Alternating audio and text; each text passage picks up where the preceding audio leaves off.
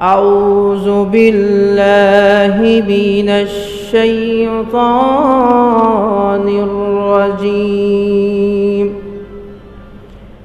اتل ما أوحي إليك من الكتاب وأقم الصلاة إن الصلاة تنهى عن الفحشاء والمنكر ولذكر الله أكبر والله يعلم ما تصنعون إرشاد আছে হে নবী উতলু মা উহিয়া ইলাইকা মিনাল কিতাব, হে নবী হে রাসূল, ওহির মাধ্যমে তোমার প্রতি যে কিতাব আমি অবতীর্ণ করেছি, অর্থাৎ যে কোরআন আপনার প্রতি আমি নাজিল করেছি তা তেলাওয়াত করো এবং নামাজ কায়েম করো। তেলাওয়াত করুন এবং কি নামাজ কায়েম করুন। নিশ্চয় ইন্নাস সালাতা তানহা আনিল ফাহশাই ওয়াল মুনকার, নিশ্চয় এই নামাজ আপনাকে অশ্লীল এবং অন্যায় কাজ থেকে বিরত রাখবে। ওয়ালা যিকরুল্লাহি আকবার, আর আল্লাহর জিকির তোর সর্বাপেক্ষা উত্তম এবং বড়। আল্লাহু ইয়ালামু মা তাসনাউন, তোমরা যা কিছু করো আল্লাহ তাআলা সকল বিষয় অবগত আছেন, তিনি জানেন। এই ছিল তিলাওয়াতকৃত আয়াতের তরজমা। এখন আমরা ব্যাখ্যা এবং হাদিস দিকে আমরা চলে যাব, কারণ কোরআন তাফসির হচ্ছে কোরআন দিয়ে। এই জন্য আমরা এই আয়াতের ব্যাখ্যা, কোরআনের আয়াত এবং রাসূলুল্লাহ সাল্লাল্লাহু আলাইহি সাল্লামের মুখের বাণী, সহিহ গ্রন্থ হাদিস থেকে আমরা আলোচনা করব। আল্লাহ তাআলা এখানে বলছে উতলু মা উহিয়া ইলাইকা মিনাল কিতাব, হে নবী আপনার প্রতি যে আমি কিতাব অবতীর্ণ করেছি তা আপনি তেলাওয়াত করুন এবং নামাজকে প্রতিষ্ঠিত করুন, কায়েম করুন। আর এই নামাজ যদি আপনি কায়েম করেন, এই নামাজ আপনাকে অশ্লীলতা, বেহায়াপনা, সকল নোংরামি, ফাহেসা কাজ থেকে ফিরিয়ে রাখবে। এজন্য আপনি আপনার রবের উদ্দেশ্যে নামাজ প্রতিষ্ঠিত করুন, কায়েম করুন। সম্মানিত হাজরিন, নামাজ এমন একটি বিষয় যে ব্যক্তি ঈমান আনার পরে যদি কেউ নামাজ না পড়ে তার ঈমান থাকে না। এই বিষয়ে এই দুই জুমা আমরা একটি আলোচনা, একটি মাসআলা দেওয়ার কারণে অনেক মানুষ অসন্তুষ্ট হয়েছেন। এই জন্য আয়াতটা আমি বেছে নিয়েছি যে নামাজ কত গুরুত্বপূর্ণ বিষয়। ইমাম সাহেব কেন আমাদের কাফের বলল, কেন মুনাফিক বলল, সেই কেন্দ্রিক আমি আয়াতটি তেলাওয়াত করেছি এবং সেই অনুযায়ী আমি আলোচনা করব কোরআন এবং হাদিসের রেফারেন্স দিয়ে, যে কোরআনের ভাষায় কে মুমিন, কে মুনাফিক, কে ফাসিক, এ বিষয়ে আমাদের আলোচনার বিষয়। হক কথা সবসময় তিতায় হয়। আপনি যদি চুরি করেন, আপনি যদি ঘুষ খান, আপনি যদি বেনামাজি হন, তাহলে বেনামাজির ওয়াজ করলে যে নামাজ পড়ে তার গায়ে তো লাগবে না, কি লাগবে? যে ঘুষ খায় আর যে ঘুষ খায় না, জুমার সময় যদি ঘুষের বিরুদ্ধে আলোচনা হয়, তা যে ব্যক্তি ঘুষ খায় তার গায়ে তো লাগবে, কি তাই কি না? এখন যে খায় না তার গায়ে তো লাগবে না। এখন যারা নামাজ পড়ে না তাদের গায়ে তো লাগবেই, স্বাভাবিক। এখন এটা হজম করতে হবে, এটা আপনাকে ইমানদার হিসেবে মেনে নিতে হবে যে আপনি পালন করেন আর নাই করেন। যদি আপনি এতে কলম বসান, আপনার কথা বসান, তাহলে আপনি আরও বিদ্রোহ করলেন আল্লাহ রসুলের আদেশ এবং আল্লাহ তাআলার কথার উপরে। এই জন্য আপনার ইমান তো মোটে থাকার কথাই না। এজন্য আল্লাহর যে কোনো বিধান আপনার আমার সামনে এসে গেলে আমি ওইটা পালন করতে পারি আর না করি, তার সম্মুখে আমাকে স্যালেন্ডার করতে হবে, আত্মসমর্পণ করতে হবে। কিন্তু আমরা সেটা না করে আরও বিদ্রোহ করি, আরও চরমপন্থা অবলম্বন করি, যাতে সীমালঙ্ঘনের কাতারে আমরা পড়ে যাই। সলাৎ এমন একটি জিনিস যে সলাৎ যদি কোনো ব্যক্তি ছেড়ে দেয় তার ঈমান কিভাবে থাকে? ঈমানের মূল ভিত্তি 5টি। কালেমা, নামাজ, রোজা, হজ, যাকাত। এখন দ্বিতীয় ভিত্তি ঈমান আনার পরে নামাজ, এই নামাজ যদি আমি না পড়ি তাহলে আমার ঈমানটা থাকলো কেমনে? সূরাতুল মুদ্দাসসিরে আল্লাহ রাব্বুল আলামিন 43 নম্বর আয়াত থেকে বললেন, মা সালাকাকুম ফি সাকার ক্বালু লাম নাকু মিনাল মুসাল্লিন ওয়া লাম নাকু নুতঈমুল মিসকিন ওয়া কুন্না নাখুদু মা'আল খাইদিন ওয়া কুন্না নুকাযযিবু বিয়াউমিদ্দিন। আল্লাহ তাআলা বলেন, জান্নাতীরা যখন জান্নাতে যাবেন, জাহান্নামীরা যখন জাহান্নামে যাবেন, এমন সময় জান্নাতীরা জাহান্নামীদেরকে দেখবেন, জাহান্নামীরা জান্নাতীদেরকে দেখতে পাবেন। এমন সময় জাহান্নামী ব্যক্তিরা জান্নাতি ব্যক্তিদের নাজ নিয়ামত দেখে আফসোস করবে, আর তাদেরকে বলবেন জান্নাতীরা, হে জাহান্নামীরা, তোমরা কি কি কারণে আজ জাহান্নামের আগুনে নিক্ষিপ্ত হয়েছো? জান্নাতীরা জাহান্নামীদেরকে প্রশ্ন করবেন, মা সালাকাকুম ফি সাকার, এই সাকার নামক জাহান্নামে তোমাদেরকে কোন গুনাহের কারণে, কোন পাপের কারণে আনতে বাধ্য করেছে? কারা প্রশ্ন করবেন? যারা জান্নাতি হবেন তারা প্রশ্ন করবেন জাহান্নামীদেরকে। যেমনি এই কাজের ওই পাশে মানুষ থাকলে আমরা দেখতে পাচ্ছি, ওই পাশের মানুষ এ পাশে মানুষ দেখতে পায়, সেরকমভাবে জান্নাতীদের মধ্য থেকে একটি ব্র্যাকেট, একটি পাঁচিল নির্মাণ হবেন, কিন্তু জান্নাতীরা জাহান্নামীদেরকে দেখবে, জাহান্নামীরা জাহান্নামীদেরকে দেখবে, জান্নাতীদেরকে দেখবে।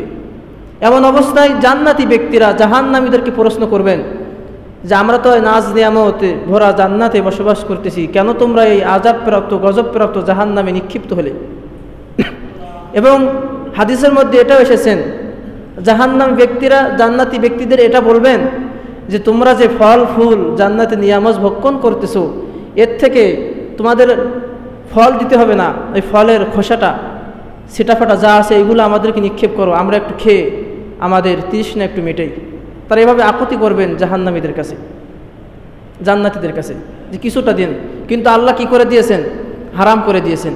জান্নাতীদের কোনো খাদ্য জাহান্নামীদের খাওয়া হারাম, এটা আল্লাহ আদেশ করে দিয়েছেন। জান্নাতীরা বলবে এটা তোমাদের জন্য বৈধতা নেই, আল্লাহ আমাদের নিষেধ করেছেন।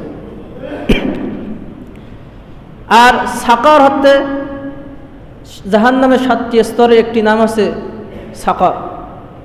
সাকার আছে এমন গভীর জাহান্নাম, আল্লাহর হাবিব বলেছেন যে জাহান্নাম যত জাহান্নাম আছে সবচেয়ে নিকৃষ্টতম এবং গভীরতম জাহান্নাম আছে সাকার। এই সাকার নামক জাহান্নামে 4 শ্রেণীর ব্যক্তি যাবে। জাহান্নামীরা যখন জাহান্নামে ভুগবেন, জান্নাতীরা জাহান্নামীদেরকে প্রশ্ন করবেন, ও জাহান্নামীরা, তোমরা কি কি কারণে জাহান্নামে এসেছো? জান্নাতি ব্যক্তি যখন প্রশ্ন করবেন, জাহান্নামী ব্যক্তিগুলি তাদের মুখ থেকে প্রশ্নের উত্তর দেবেন যে ক্বালু লাম নাকু মিনাল মুসাল্লিন, আমরা দুনিয়ায় নামাজ পড়তাম না, মুসল্লি ছিলাম না। দ্বিতীয় নাম্বার, ওয়ালাম নাকু নুতঈমুল মিসকিনা ওয়া কুন্না নাখুদু মা'আল খাইদিন। সূরাতুল মুদ্দাসসির 43, 44, 45 আয়াতগুলিতে জাহান্নামীরা তাদের প্রশ্নের উত্তর দেবেন যে আমরা 1 নাম্বার নামাজ পড়তাম না, 2 নাম্বার মিসকিনদের খেতে দিতাম না, 3 নাম্বার যারা সত্যের পথে ছিল তাদের মিথ্যা লটাতাম, তাদের নামে গীবত করতাম, শিকায়ত করতাম, মিথ্যা অপবাদ দিতাম। 4 নাম্বার, অকুন্না নাখুদু মা'আল খাইদিন অকুন্না নুকাযযিবু বিয়াউমিদ্দিন। 4 নাম্বার, আমরা আখিরাত দিবসকে বিশ্বাস করতাম না। আজ এই 4টা কারণে আল্লাহ তাআলা আমাদেরকে জাহান্নামে নিক্ষিপ্ত হবে আমাদের বসবাসের স্থান করে দিয়েছেন। নাউজুবিল্লাহ। তাহলে জাহান্নাম, সাকার নামক জাহান্নামে 4 শ্রেণীর ব্যক্তি যাবে। 1 নাম্বার, যারা দুনিয়ায় নামাজ পড়তো না। 2 নাম্বার, যারা ইতিমকে খেতে দিত না, ইতিমকে গোলা ধাক্কা দিয়ে বাহির করে দিত, অপমান করত, অপদস্থ করত। 4 নাম্বার, যারা হক এবং সত্যের পথে ছিল তাদের নামে আমরা গীবত করতাম, মিথ্যা গুজব রটাতাম। চতুর্থ নাম্বার, আমরা আখিরাত দিবসকে বিশ্বাস স্থাপন করতাম না। এই 4টা কারণে আজ আমরা জাহান্নামে নিক্ষিপ্ত অবস্থায় আছি। সুতরাং তোমাদের খাবার ছিটাফাটা যা আছে এটা আমাদের দিকে নিক্ষেপ করো, আমরা একটু খেয়ে আমাদের তৃষ্ণা মেটাই। কিন্তু জান্নাতীরা বলবে এটা তোমাদের জন্য দেওয়া হারাম, জায়েজ নেই। সম্মানিত হাজরিন, জাহান্নামের আযাব, তীব্রতা, যন্ত্রণা যদি আমি বুঝতাম, তাহলে নামাজ তো দূরের কথা, অন্য যত ছোটোখাটো ইবাদত আছে এটা আমরা ছাড়তাম না। আল্লাহ রাসূল বলেছেন,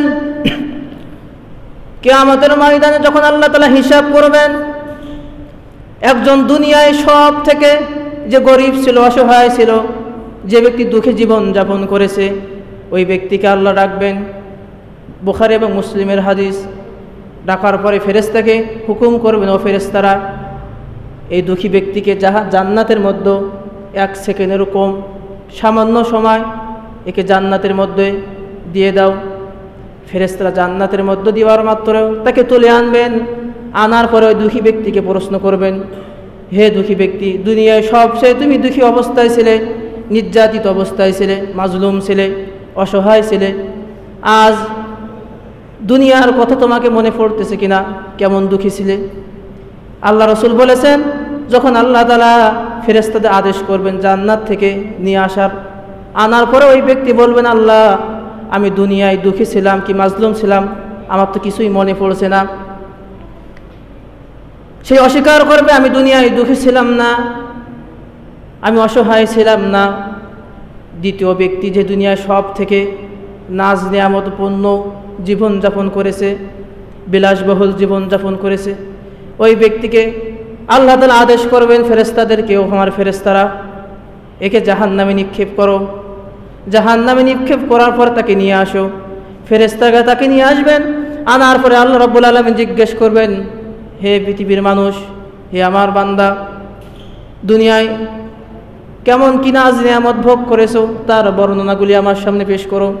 ওই ব্যক্তি জাহান্নামের তীব্রতা, যন্ত্রণায় 1 সেকেন্ডের কম বেশি অনুভব করার কারণে দুনিয়ায় যত সুখ এবং শান্তি সে বিরাজ করেছে, ভোগ করেছে, আল্লাহর হাবিব বলেছেন ওই জাহান্নামের 1 সেকেন্ডের যন্ত্রণা তার দুনিয়ায় সকল সুখ শান্তি আল্লাহ তাআলা তার মাথা থেকে মুছে ফেলে দিবেন। সুবহানাল্লাহ। তাহলে কত যন্ত্রণাময় সে জাহান্নামের আগুন। সব থেকে দুঃখী ব্যক্তিকে আল্লাহ জান্নাতে দিবেন, আনার পরে সে দুনিয়ার দুঃখ কষ্ট ভুলে যাবেন। জান্নাতে এত নাজ নিয়ামত ভরা নিয়ামত, এত সুখ শান্তি 1 সেকেন্ডের কারণে সব ভুলে যাবেন। আর সেই দুনিয়ার কারণে আমরা নামাজ ছেড়ে দিচ্ছি, আমরা আল্লাহ তাআলা অন্য বিধানগুলি ছেড়ে দিচ্ছি। অথচ আল্লাহর হাবিব বলেছেন 1 সেকেন্ডের ব্যাপার, জান্নাতে ঢুকবে, বের করবে, দুনিয়া যত আরাম আয়েশ যা ছিল, দুঃখ কষ্ট ছিল, কিছু মনে থাকবে না। সে বলে উঠবে যে আমি তো কোনো দুনিয়ায় কোনো কষ্টের মধ্যে ছিলাম না, কারণ জান্নাতে নাজ নিয়ামত তার গায়ে এবং তার মেধায় ব্রেনে সে জান্নাতে নাজ নিয়ামত উপলব্ধি করতে পেরেছে। এই কারণে দুনিয়ার কথা তার স্মরণ থাকবে না। আর ওই জাহান্নামী ব্যক্তি যে দুনিয়ায় সব থেকে রাজাতিহাজ সুখ শান্তি ভরা জীবনযাপন করেছে, অট্টালিকা, কলকারখানা, শান্তিময় জীবনযাপন করেছে, কিন্তু আল্লাহ নাফরমানি করেছে, ওই ব্যক্তিকে জাহান্নামে দেওয়া মাত্র দুনিয়ার সকল নাজ নিয়ামত যা ভোগ করেছে সকল কিছু 1 নিমেষে ভুলে যাবে। এটা আল্লাহর হাবিব বলেছেন, আল্লাহ রাসূলের কথা। তাহলে এই দুনিয়ার জন্য আমরা এত কিছু করতেছি, অথচ আয়ের পরে আমাদের আখেরাত, কবর, আখেরাত, তখন আল্লাহর সামনে আমাদের দাঁড়াতে হবে, জান্নাত জাহান্নামের ফয়সালা আছে, সেখানে আমাদেরকে যেতে হবে। তো ওই পরকালের জীবন আমরা কীভাবে অতিবাহিত করব বলেন? ইমাম সাহেব যদি বলে নামাজ না পড়লে কাফের, আমাদের আলাজলা শুরু হয়ে যায়। কিন্তু আল্লাহ তো বলেছেন, আল্লাহর হাবিব বলেছেন, যে ব্যক্তি আমার সঙ্গে কুফরি করবে তার ঈমান থাকে না। তা আপনি ইবলিস শয়তান, মাত্র একবার আল্লাহ তাআলা বলেছেন উসজুদু লি আদম, হে ইবলিস, আদমকে সিজদা করো। সকল মালাইকা ফেরেশতারা আদমকে সিজদা করলেন। ফাসাজাদু ইল্লা ইবলিস, কেবল একমাত্র ইবলিস সিজদা করলেন না, একটা মাত্র সিজদা না করার কারণে সে বিতাড়িত মরদুদ শয়তান হয়ে গেল, আল্লাহর কাছে উপাধি পেল শয়তান। আর আপনি আমি প্রতিনিয়ত 5 বার আল্লাহর হুকুমকে লঙ্ঘন করতেছি। একটা সিজদা দিয়ে যদি সে কাফের হয়, যে ইবলিস হয়, শয়তান হয়, তাহলে আমরা প্রতিনিয়ত 5টা বার আল্লাহর হুকুমের বিরোধিতা করতেছি। তাহলে আপনি আমি কি হতে পারি এখন নিজের কাছে প্রশ্ন করুন। নিজের কাছে প্রশ্ন করুন, আপনি মুসলমান আছেন কি নেই, আমি মুসলমান আছি কি নেই। ইবলিস শয়তান যদি একটি হুকুম অপেক্ষা করে অমান্য করে যদি কাফের হতে পারে, শয়তান হতে পারে, আর আপনি আমি প্রতিনিয়ত 5 বার আল্লাহ তাআলার বিধানকে লঙ্ঘন করতেছি, তাহলে আপনি আমি মুসলমান থাকি কি কারণে, কি বিষয়, কোন প্রেক্ষাপটে আমরা মুসলমান দাবি করি বলেন। এজন্য কোরআন এমন একটি বিধান যে আল্লাহ তাআলা এখানে সব কিছু আমাদের খুলে খুলে বর্ণনা করেছেন। এখন আমাদের কর্তব্য পড়া। আল্লাহ তাআলা তার হাবিবের প্রতি অন্য কোনো বিধান আগে নাজিল করেন নাই, আগে নাজিল করেছেন ইকরা বিসমি রব্বিকাল্লাযী খলাক। হে রাসূল, পড়ুন আপনার প্রতিপালকের নামে, যিনি আপনাকে সৃষ্টি করেছেন। কোরআন আমাদের সামনে গাইড বুক হিসেবে দিয়েছেন, যে আমাদের তেলাওয়াতকৃত আয়াতের অনুবাদ একই, যে উতলু মা উহিয়া ইলাইকা মিনাল কিতাব। হে রাসূল, আপনার প্রতি যে কিতাব, যে ওহী আমি নাজিল করেছি তা পড়ুন, তেলাওয়াত করুন, এবং কি কি বিধিবিধান এখানে আমি আরোপ করেছি, নিষেধ করেছি, বিধান দিয়েছি, এগুলো জানুন এবং সে অনুযায়ী আমল করুন। আল্লাহর হাবিবকে আল্লাহ তাআলা আদেশ করতেছেন। আর আপনি আমি সে কোরআন ধরবো না, পড়বো না, কেউ বললে এটা সহ্য হবে না, তাহলে কি মুসলমান আমরা? মুসলমান আছে কিনা নিজের কাছে প্রশ্ন করুন। যেখানে আল্লাহর হাবিবকে আল্লাহ আদেশ করেছেন উতলু মা উহিয়া ইলাইকা মিনাল কিতাব, আপনার কাছে কিতাব নাজিল করেছি পড়ুন। এরপরে আকিমুস সালাত, নামাজ প্রতিষ্ঠিত করুন, আল্লাহ আদেশ করতেছেন। এরপর আল্লাহ তাআলা বলেছেন ইন্নাস সালাতা তানহা আনিল ফাহশাই ওয়াল মুনকার, নিশ্চয় নামাজ আপনাকে সকল প্রকার ফাহিশা এবং সকল প্রকার অন্যায় অবিচার থেকে আপনাকে পানাহ দান করবে, ফিরিয়ে রাখবে। সুবহানাল্লাহ। তো নামাজের মতন যদি নামাজ পড়তে পারি, তাহলে ব্যাংকে আর সুদ রাখার কথা না। নামাজের মতো নামাজ যদি পড়তে পারি, তা জামাতবদ্ধ ছাড়া একাকী নামাজ পড়ার কথা না। নামাজের মতো নামাজ যদি পড়তে পারি, এতিমের হক ফাঁকি দিবার কথা না, ভাইয়ের হক ফাঁকি দিবার কথা না, বোনের হক ফাঁকি দিবার কথা না, ইসলামী আন্দোলন থেকে ফিরে থাকার কথা না। এজন্য এই নামাজ আগে শুদ্ধ করুন, নামাজ শুদ্ধ করুন। আল্লাহ তাআলার ওয়াদা, আল্লাহ তাআলার কথা, দুনিয়ার কোনো ইমাম কোনো শায়েখের কথা না। যদি নামাজ শুদ্ধ করবে ওই ব্যক্তি সকল কাজ থেকে ফিরে থাকবে, এটা আল্লাহ তাআলা ওয়াদা করেছেন, এটা আল্লাহ তাআলার কথা, দুনিয়ার কোনো ব্যক্তির কথা না। আপনি আমি মসজিদে নামাজ চলতেছে, রাস্তা দিয়ে হেঁটে চলে যাচ্ছি, কাজ করতেছি, দোকানপাটে আসি, তাহলে যে ব্যক্তি নামাজে আসলো ওই ব্যক্তি আর আপনি কি এক হতে পারলেন? কথা বলতে হবে, এক হতে পারলেন? পারলেন না। তা আপনি আর মুসলমান, সেও মুসলমান। আপনিও মুসলমান দাবি করতেছেন যে নামাজবদ্ধভাবে নামাজ পড়ছে, সে মুসলমান দাবি করতেছে, তা দুজন মুসলমানের ভিতরে পার্থক্য আছে কি নাই? তাহলে এখানে যদি ইমাম সাহেব বলে, তাই রাগ করার কি আছে? রাগ করার কোনো কথা নাই। রাগ করলে আল্লাহর সাথে রাগ করবেন, রাগ করলে আল্লাহর হাবিবের সাথে রাগ করবেন। এই ইমাম সাহেবের রাগ নয়। পৃথিবীর কোনো ইমাম, কোনো শায়েখ তার মন গোলা কোনো কথা বলেন না। আল্লাহ যা পদার্থ কোরআন আল কারীম অবতীর্ণ করেছেন তার থেকে রেফারেন্স দিয়ে কথা বলেন। আল্লাহ রাসূল সাল্লাল্লাহু আলাইহি ওয়াসাল্লামের হাদিস মুখরিত বাণী, সহিহ গ্রন্থ থেকে তারা কথা বলেন। এটা যদি আপনার সহ্য না হয়, চুপ থাকবেন, বিরোধিতা করবেন না। বিরোধিতা করলে কিন্তু ইহকাল পরকাল সব খোয়াবেন। এবার আসুন নামাজের কত গুরুত্ব। রাসূলুল্লাহ সাল্লাল্লাহু আলাইহি ওয়াসাল্লাম মৃত্যুর শয্যায় তিনি শায়িত আছেন।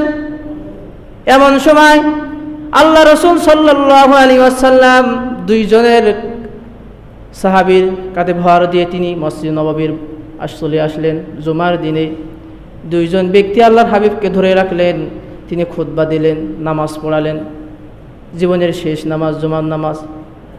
আল্লাহ রাসূল সাল্লাল্লাহু আলাইহি ওয়াসাল্লাম জীবনের শেষ নামাজটাও জামাতের সঙ্গে আদায় করেছেন। সুবহানাল্লাহ।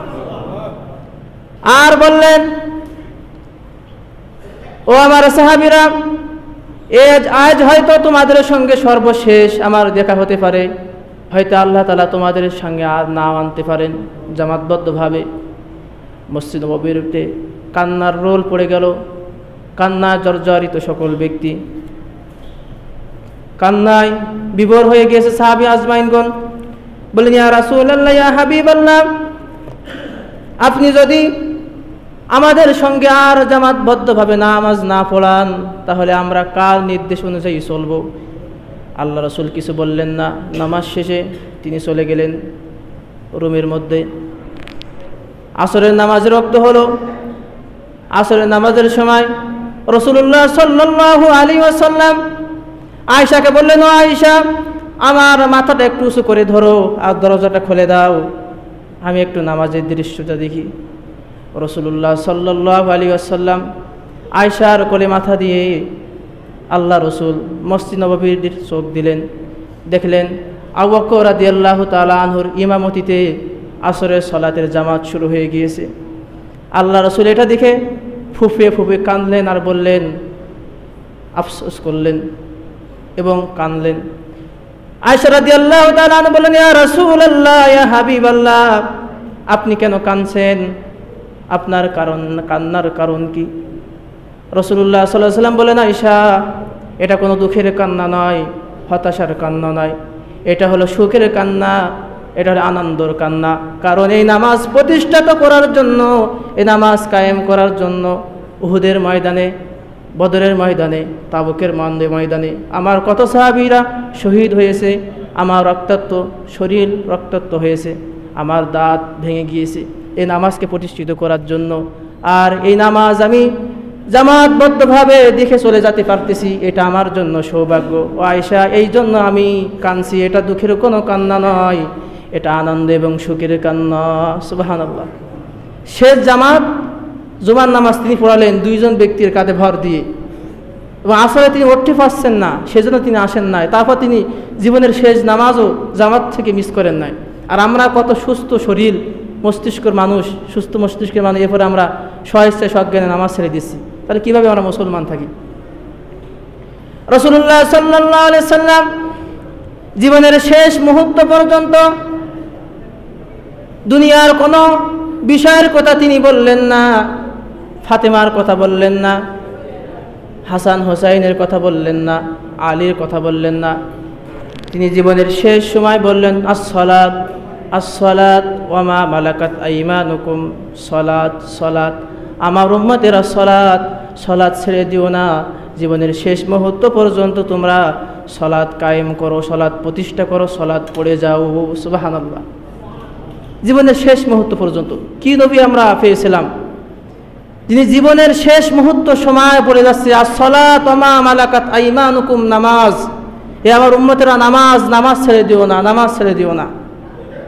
আর সেই নামাজ আমরা বারংবার দিনে 5 বার প্রতিদিনতে আমরা ছাড়তে আসি, তাহলে কিভাবে আমরা মুসলমান দাবি করি? সে রাসূলের আদর্শ ভালোবাসা আমরা কিভাবে আমাদের জীবনে রাখতে পারি? যে রাসূল আমাদের জন্য রক্তাক্ত হয়েছেন, সাহাবায়ে কেরাম শহীদ হয়েছেন আল্লাহ তাআলার জমিনে দিন প্রতিষ্ঠা করার জন্য, সেই আদর্শ, রাসূলের আদর্শ থেকে আমরা কিভাবে সরে আসি? রাসূলুল্লাহ সাল্লাল্লাহু আলাইহি ওয়াসাল্লাম জীবনের শেষ মুহূর্ত পর্যন্ত জামাতবদ্ধ নামাজ পড়েছেন, এবং শেষ কথাটা তার ছিল সালাত। আমার উম্মতেরা সালাত ছেড়ে দিও না। উম্মতের প্রতি এত দরদ, এত মায়া, এত মহাব্বত, কারণ আমার উম্মত যদি জাহান্নামী হয়ে যায় কিয়ামতের দিন আমি হাবিব, আমি রাসূল আফসোস করব। এই জন্য আমার উম্মতেরা নামাজ ছেড়ে দিও না। সম্মানিত হাজিরিন, সে রাসূলের আদর্শ থেকে যদি আপনি আমি সরে আসি, তাহলে কিভাবে আমরা ইমানদার হতে পারি? সে রাসূলের মুহাব্বত ভালোবাসা কিভাবে আমাদের থাকতে পারে? আমাদের ঈমান এবং আস্থা এবং তাকওয়া ধরে রাখতে গেলে সে রাসূলের আদর্শ হিসাবে আমাদের ফলো করতে হবে। তাছাড়া আমাদের জীবনে পরকালে শান্তি কখনো কশ্চিনকালেও আসারও কথা নয়। এজন্য আমরা নামাজ কোনো অবস্থায় ছেড়ে দেব না, কোনো অবস্থাতে আমরা ছেড়ে দেব না। নামাজ এমন একটি ইবাদত যেটা আল্লাহ রাব্বুল আলামিন কোরআন আল কারীমে বারংবার বলেছেন। রাসূলুল্লাহর শেষ সময় ছিল নামাজ। আল্লাহ তাআলা কোরআন আল কারীমে 83 জায়গায় নামাজের কথা বলেছেন, 82 বার নামাজ কায়েমের কথা বলেছেন, একবার বলেছেন তোমরা নামাজ পড়ো। আর আল্লাহ রাসূল বলেছেন, মান তারাকা আইনান মুতাআম্মিদান ফাকাদ কাফারা, যে ব্যক্তি ইচ্ছাকৃতভাবে নামাজ ছেড়ে দেয় সে কাফের হয়ে যায়। আর আল্লাহ রাসূল বলেছেন, লা দীনা লিমান লা সালাতা লাহু, যে ব্যক্তি ইচ্ছাকৃতভাবে নামাজ ছেড়ে দেয় সেই ব্যক্তি দিন থেকে খারেজ হয়ে যায়। আল্লাহর হাবিবের কথা, সম্পূর্ণ বুখারী এবং মুসলিমের হাদিস, যে মান তারাকা আইনান মুতাআম্মিদান ফাকাদ কাফারা, যে ব্যক্তি ইচ্ছাকৃত নামাজ ছেড়ে দেয় সে কাফের হয়ে যায়, সে কুফরি করল আল্লাহর সাথে। আর যে ব্যক্তি নামাজ ছেড়ে দেয় সে দিনের মধ্যে থাকে না, দিন থেকে খারেজ হয়ে যায়। তাহলে আপনি কিভাবে, আমি কিভাবে মুসলমান দাবি করি? নামাজ প্রতিনিয়ত আমরা ছেড়ে দিচ্ছি। ইবলিস শয়তান যদি দিনে একটা বার সিজদা না দিয়ে কাফের হতে পারে, মুশরিক হতে পারে, শয়তান হতে পারে, তাহলে আপনি আমি প্রতিনিয়ত কতবার নামাজ ছেড়ে দিচ্ছি? তাহলে একটু নিজের কাছে ভাবুন, আমাদের ঈমান কতটুকু আছে। আল্লাহ রাব্বুল আলামিন বলেছেন, ওয়াস্তাঈনু বিস-সাবরি ওয়াস-সালাহ ওয়া ইন্নাহা লাকাবীরাতুন ইল্লা আলাল খাশিয়িন। আল্লাহ তাআলা বলেন সূরাতুল বাকারার ৪৫ নম্বর আয়াতে আল্লাহ বলছেন, এবং সবর ও নামাজের মাধ্যমে তোমরা আল্লাহ তাআলার সাহায্য লাভ করবে। আর সালাত কোনো কঠিন কাজ নয় মুমিনদের জন্য। কাদের জন্য? মুমিনদের জন্য সালাত কোনো কঠিন কাজ নয়। কিন্তু যারা মুমিন নয়, যারা নাফরমান বান্দা, তাদের জন্য কঠিন কাজ। আমি বলি নাই, আল্লাহ বলেছেন। সূরাতুল বাকারা ৭৫ নম্বর আয়াত আল্লাহ এখানে বলছেন যে তোমরা নামাজ কায়েম করো, নামাজ পড়ো। আর নামাজ এমন একটি ইবাদত মুমিনদের জন্য সহজ, কিন্তু নাফরমান, মুশরিক, কাফের এবং যারা আমার দিন সঠিকভাবে মানে না, তাদের জন্য এটা কঠিন কাজ। আল্লাহ তাআলা বলেছেন, আমার কথা নয়। এখন আপনি আমি যদি ইচ্ছাকৃত নামাজ ছেড়ে দিই, তাহলে কোন কাতারে পড়ব? এটা এই আয়াত থেকে আপনারা বিশ্লেষণ করবেন। এরপরে আল্লাহ তাআলা বলেছেন সূরাতুল বাকারার ২৩৮ নম্বর আয়াত আল্লাহ তাআলা বলেছেন, হাফিজু আলাস সালাওয়াতি ওয়াস সালাতিল উসতা ওয়া কুমু লিল্লাহি কানিতিন। আল্লাহ রাব্বুল আলামিন বলেছেন, তোমরা নামাজ সমূহের প্রতি যত্নবান হও এবং নামাজের মধ্যবর্তী সময় তোমরা নামাজের ভিতরে যত্নবান হও। মধ্যবর্তী সময় বলতে মুফাসসিরিনে কেরাম ব্যাখ্যা করেছেন ফজর থেকে আসর পর্যন্ত এবং মাগরিব থেকে ফজর পর্যন্ত। এই সময় মধ্যবর্তী এবং শেষ, এই দুই সময় তোমরা নামাজের ভিতরে যত্নবান হও। বেশিরভাগ আসরকে প্রাধান্য দিয়েছেন। এজন্য দিয়েছেন সেই সময় জাহেলিয়াতের সময় মানুষগুলি খেতে খামারে ব্যস্ততায় থাকতো। এই ব্যস্ততার কারণে আসরের নামাজ কোন ফাঁক দিয়ে তারা ছেড়ে দিত তারা বুঝতে পারতো না। এই জন্য আল্লাহ তাআলা আয়াতে বলেছেন, তোমরা নামাজের ভিতরে মধ্য যত্নবান হও। ওই নামাজ যে নামাজ মধ্যবর্তী সময়, তা আসর, জোহর। আর অন্য হাদিসে আল্লাহ রাসূল বলেছেন, ওই ব্যক্তি মুনাফিক যে ব্যক্তি ঈশা এবং ফজরের সালাত জামাতের সঙ্গে আদায় করে না। আল্লাহ রাসূল বলেছেন, তারা যদি জানতো ঈশা এবং ফজরের নামাজের কত গুরুত্ব, তাহলে ওই সকল ব্যক্তিরা হামাগুড়ি দিয়ে হলেও মসজিদে এসে জামাতবদ্ধভাবে নামাজ আদায় করত। সুবহানাল্লাহ। বুখারী মুসলিমের হাদিস, কিতাব আমার সামনে আছে, যে ওই ব্যক্তি মুনাফিক যে ফজর এবং ঈশার নামাজ ছেড়ে দেয়। ওই মুনাফিকরা যদি জানতো যে ঈশা এবং ফজর নামাজ কত গুরুত্বপূর্ণ, তাহলে হামাগুড়ি দিয়ে হলেও মসজিদে এসে জামাতবদ্ধভাবে নামাজ আদায় করতো। এটা আল্লাহ রাসূলের কথা। এটা কাবা ঘরে ইমামের কথাও নাই, বাইতুল মুকাররম ইমামের কথাও নাই, আপনাদের ইমামের কথাও নাই। এটা আল্লাহ রাসূলের কথা।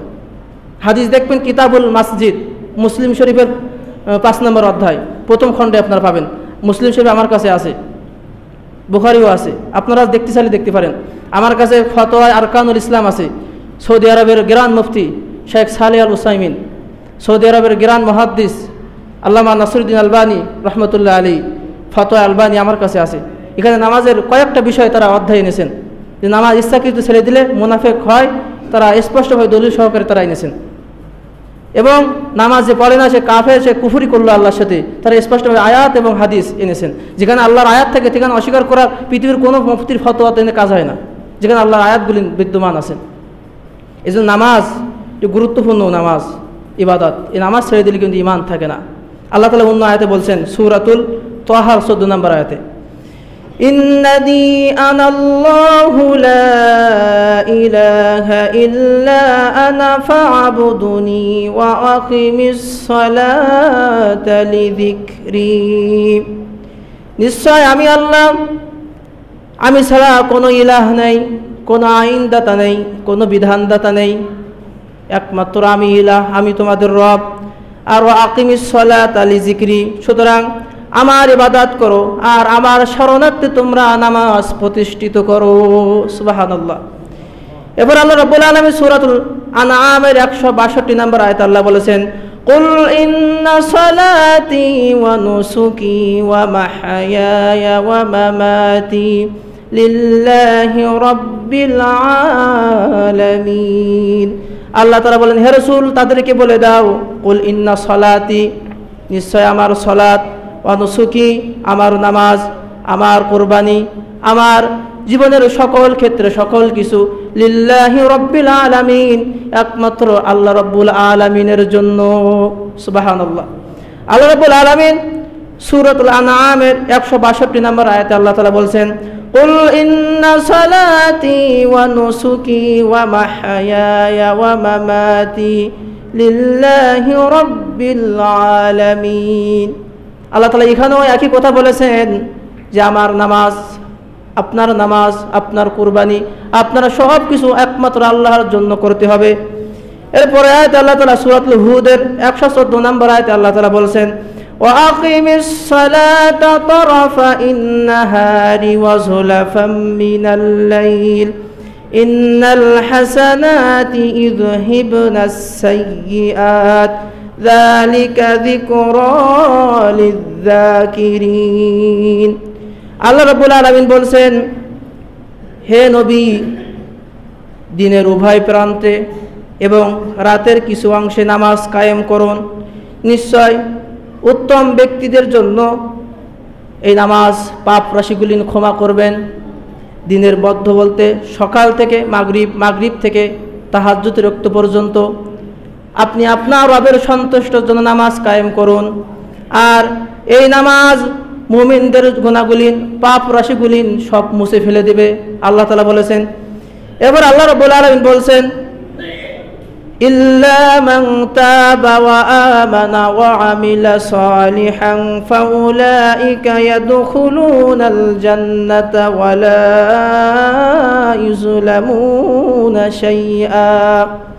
আল্লাহ সূরা মারইয়ামের 60 নম্বর আয়াতে বলছেন, যারা নামাজ কাজা করেছে, তারা রবের কাছে তওবা করে ফিরে আসে এবং ঈমান আনে, সৎ কাজ করে, আল্লাহ রাব্বুল আলামিন তাদেরকে এমন জান্নাতে প্রবেশ করাবেন যেখানে ঝর্ণা প্রবাহিত বিদ্যমান থাকবে। আর আল্লাহ ওয়ালা ইজলামুনা শাইআ, ওই ব্যক্তিদের প্রতি আল্লাহ তাআলা কিয়ামতের দিন নিম্ন পরিমাণ জুলুমও তাদের সঙ্গে আল্লাহ করবেন না। সুবহানাল্লাহ। কারা? যারা পাপ থেকে ফিরে এসেছে। এবার আল্লাহ রাব্বুল আলামিন অন্য আয়াতে বলছেন, সূরাতুল নিসার 31 নম্বর আয়াতে, ইন তাজতানিবু কাবাইরা মা তুনহাউনা আনহু নুকাফির আনকুম সাইয়্যাতিহিম ওয়া নুদখিলুহুম মুদখালান কারীমা। আল্লাহ তাআলা এখানে বলছেন, তোমাদের কেউ যদি বড় বড় গুনাহ থেকে অর্থাৎ কবিরা গুনাহ থেকে ফিরে থাকে, আল্লাহর কাছে তওবা করে, যদি তাদের ছোট ছোট কোনো গুনাহ থাকে, আমি রব্বুল আলামিন বড় বড় গুনাহ থেকে ফিরে থাকার কারণে আমি আল্লাহ তাআলা ছোট ছোট গুনাহগুলি আমি আল্লাহ সব ক্ষমা করে দিব। সুবহানাল্লাহ। এই জন্য সম্মানিত হাজরিন, আল্লাহ তাআলা কোরআনুল কারীম অসংখ্য জায়গায় বলেছেন, যদি তওবা করে ফিরে আসেন আল্লাহ পিছনের গুনাহগুলি নেকিতে পরিপূর্ণ করে দেবেন। সুবহানাল্লাহ। যা আপনি গুনাহ করেছেন ওই গুনাহগুলি নেকিতে পরিণত হয়ে যাবে। এর থেকে আল্লাহ তাআলা আমাদের জন্য সহজ এবং তিনি দয়াবান, এর থেকে আর হতে পারেন। এরপরে আমরা নামাজ ছেড়ে দিচ্ছি। আর একটি মাসালা বলে আমি শেষ করে দিচ্ছি, সেটা হচ্ছে এই, বুখারী এবং মুসলিম দ্বিতীয় খণ্ডে কিতাবুল মাসাজিদ ও কিতাবুস সালাত আমার কাছে আসে। এখানে রাসূলুল্লাহ সাল্লাল্লাহু আলাইহি ওয়াসাল্লাম বলেছেন, যদি কোনো ব্যক্তি ইচ্ছাকৃতভাবে নামাজ ছেড়ে দেয়, জামাত ছেড়ে দেয়, বিশেষ করে ফজর এবং ইশায়, তাহলে সে মুনাফিকের খাতায় তার নাম উঠে যায়। এখন যদি আপনি জোহরের নামাজ পড়ে 3টার সময় ভাত খেয়ে ঘুমিয়ে পড়ছেন, কিন্তু আপনার নিয়াত ছিল আপনি জামাতবদ্ধভাবে নামাজ পড়বেন, কিন্তু আপনার এমন ঘুম এসে গেছে যে আপনি সিতনা পান নাই, না ওক্ত ভাড়ায় আপনি সিতনা পেয়েছেন, নামাজ জামাত পান নাই মসজিদে, কিন্তু আপনি মসজিদে এসে নামাজ পড়েন, বাসায় না, মসজিদে এসে নামাজ একাকি পড়বেন। আল্লাহ রসুল বলেছেন, আপনার আমল নামায় যেভাবে নামাজ আদায় করলে জামাতবদ্ধভাবে যে সওয়াব হতো, আল্লাহ তাআলা ওই পরিমাণ আমল নামায় আপনার সওয়াব লিখে দেবেন। সুবহানাল্লাহ। কিন্তু আপনার নিয়াত ঠিক থাকতে হবে, কিন্তু আপনি ইচ্ছাকৃত নামাজ জামাতে পড়বেন না, মুমিন দাবি করবেন, এটা তো হতে পারে না। এটা ওই ব্যক্তির জন্য ওজর ছাড়। আর দুই ব্যক্তির জন্য আল্লাহ রসুল জামাত তরক করার হুকুম দিয়েছেন। একজন প্রথম নাম্বার অসুস্থ ব্যক্তি, দ্বিতীয় নাম্বার ভয়ের আশঙ্কা থাকলে, অর্থাৎ মসজিদে আসতে গেলে ভয়ের আশঙ্কা থাকলে এই দুই ব্যক্তির জন্য আল্লাহ রসুল জামাত ছাড় দিয়েছেন। তাছাড়া কোনো ব্যক্তির জন্য ছাড় দেন নাই। আপনারা কি এমন কোনো ইতিহাস দেখাতে পারবেন যে কোনো সাহাবী ঘরে বসে নামাজ পড়েছে? কেউ শোনেও নাই, দেখাতেও পারবেন না। এমনকি মদিনা যখন মুনাফিক সাহাবী ছিল, তারাও মুমিন দাবি করার জন্য বাধ্য হয়ে জামাতে এসে নামাজ পড়ত। যখন আল্লাহ রসুল মদিনায় গেলেন হিজরত করে, তারা মুমিন দেখানোর জন্য ভিতরে ভিতরে মুনাফিক করে, কিন্তু মুমিন দেখানোর জন্য মসজিদে এসে বাধ্য হয়ে নামাজ পড়তো, যাতে মুমিন সাহাবীরা যেন আমাদের মুনাফিক না মনে করে। তারা তার জামাত ছাড়িয়ে দিত না। কিন্তু আমরা মুসলমান দাবি করে জামাত ছাড়িয়ে দিচ্ছি। ওজোরের ক্ষেত্রে তো আলাদা আমি বললাম, আপনার ওজোর থাকে সেটি ভিন্ন কথা, কিন্তু ওজোর নেই, কোনো কিছু নেই, আপনি জামাত ছাড়া নামাজ পড়লেন না, তাহলে কেমনি মুমিন থাকেন? ইবলিস শয়তান যদি একটা বিধান লঙ্ঘন করে কাফের হয়ে যায়, বিতাড়িত মরদুদ শয়তান হয়ে যায়, আপনি আমি প্রতিনিয়ত আল্লাহ তাআলার 5 বার সীমা লঙ্ঘন করতেছি, তাহলে আপনি আমি কিভাবে ইমানদার দাবি করি? যে আমি ইমাম সাহেব হোক, আমিও যদি এই কাতারে পড়ি, আমিও মুনাফিক, আমিও কাফের কাতারে পড়ে যাব। কিন্তু হ্যাঁ, সৌদি আরবে আলেমরা বলেছেন, কোনো ব্যক্তি যদি কাফের ওই সময় হবে, যদি আসরের নামাজ পড়ে নাই, জোহরের নামাজ পড়েছে, আসর নামাজ পড়ে নাই, কিন্তু মাগরিব পড়বে, এর মধ্যখানে যে সময়টা, ওই সময়টা সে কাফের থাকে, কিন্তু মাগরিব পড়ার পরে সে তওবা করে ফিরে আসলে আল্লাহ তাকে মাফ করে দেন। সুবহানাল্লাহ। এই কাফের এই না যে আপনি হিন্দুদের মতন হয়ে গেছেন, না। আপনি যখন তওবা করে আবার মসজিদে ঢুকবেন, আল্লাহ আপনার গুনাহগুলো মাফ করে দেবেন যদি আপনি নিয়মিত নামাজ পড়েন। আপনি আবার বলছি, ফজর পড়লেন, জোহর পড়লেন না, এই যে টাইমটা আসর এবং ফজরের মধ্যখানে, এই টাইমটা আপনি কাফের হিসেবে থাকলেন। এটি কিন্তু আমার ফতোয়া না, এটি বিশ্বের বড় ইসলামিক স্কলারদের ফতোয়া। আপনারা সার্চ দিবেন, অথবা আমার এখানে কিতাব আছে, আপনারা দেখতে পারেন। ডক্টর আব্দুল্লাহ জাহাঙ্গীর রহিমাউল্লাহ, সৌদি আরবের গ্রান্ড মুফতি, এদের বক্তব্য শুনবেন, সবাই একমত, শেখ আহমদুল্লাহ, সবাই একমত। এজন্য সম্মানিত হাজিরিন, নামাজ এমন একটি ইবাদত, ইসলামের 5টি যে মূল ভিত্তি, তার ভিতরে দ্বিতীয় নাম্বার নামাজ। এই নামাজ সম্পর্কে আমরা এতক্ষণ আলোচনা করলাম যে আল্লাহ রসুল মৃত্যুর শয্যায় বসেও নামাজ ছাড়েন নাই জামাতবদ্ধভাবে, তিনি জামাতের সাথে নামাজ আদায় করেছেন। সেজন্য সকলকে উদাত্ত আহ্বান জানাবো যে আমরা যদি মুসলমান দাবি করতে চাই, যদি মুসলমান আল্লাহর কাছে স্বীকৃতি দিতে চাই, সাকার নামক জাহান্নাম থেকে বাঁচতে চাই, তাহলে আসুন জামাতবদ্ধভাবে নামাজ আদায় করি। ঘরে কোনো নামাজের বিধান আল্লাহর হাবিব দেন নাই। কোনো সাহাবি, কোনো তাবি, কোনো বড় বুজুর্গ দেখবেন না, কোনো ইতিহাস নেই যে তার ঘরে বসে নামাজ আদায় করেছে। এজন্য আসুন, মসজিদ বানিয়েছেন আপনাদের জন্য, আপনারা এর হকদার। আপনারা যদি দূরে থাকেন, তাহলে নামাজ এখানে হক আদায় করবে কি? এজন্য আল্লাহ রাব্বুল আলামিন যেন আমাদের যুবক ভাইদের, মুরব্বীদের সকলকে জামাতবদ্ধভাবে নামাজ আদায় করার মতন তৌফিক দান করেন। আমিন। হাযা মা ইনদি ওয়া ইলমি ইনদাল্লাহ আলাইহি তাওয়াক্কালতু ওয়া ইলাইহি উনীব।